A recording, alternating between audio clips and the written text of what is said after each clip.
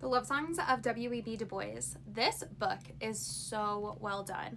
I loved everything about this. This is an alternating timeline book about the Garfield family that talks about over 200 years of history of the family, their relatives, and the regional history of where they are located in Georgia, honestly, before it even becomes known as Georgia, and, you know, just the family history, the indigenous history of this family, the African history of this family, the American history of this family, and it's just so well done. The way that Jeffers talks about this family history, not just with trauma, but also with joy and with, you know, all of the things that make life either hard but also worth living, is just so well done. At its heart, this book is an exploration of race and colonialism and feminism and trauma, but at the end of the day, it's also a book about family. And I think that's where it ties itself together so well, is that this book is about family and it's done extremely well.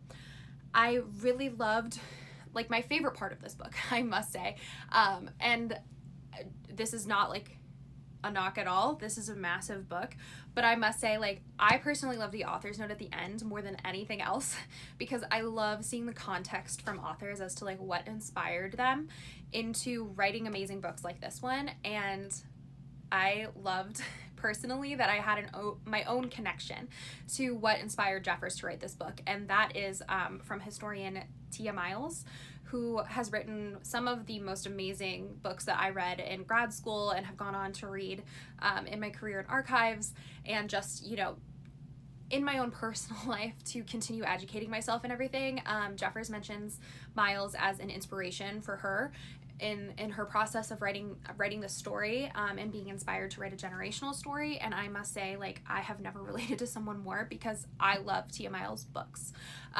They are so well researched and so well thought out, and they make you just they make you feel for a group of people who are no longer here in a way that very few authors are able to do, especially in a nonfiction sphere. And so I really loved learning, like, in the archival coda, the author's connection to Tia Miles. So I must say that this is an absolute pickup. It feels and it looks massive. It's, I think, 800 some pages. Let me see. Almost 800. It's like 780 something. But it didn't feel like it, because every page mattered and I wanted more from each character.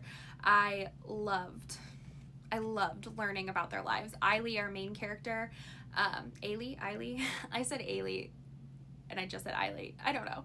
I kind of went back and forth with it, I think.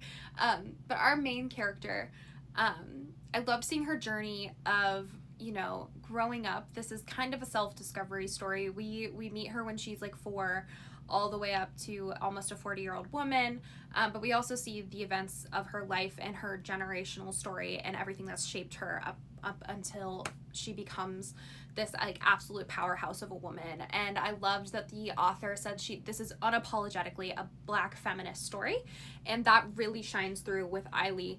And so yeah, pick it up. I think it's such a good book, and you should not be intimidated by the size, because, like I said, every page matters, and I wanted more, honestly. All of the family was just fantastically written, and so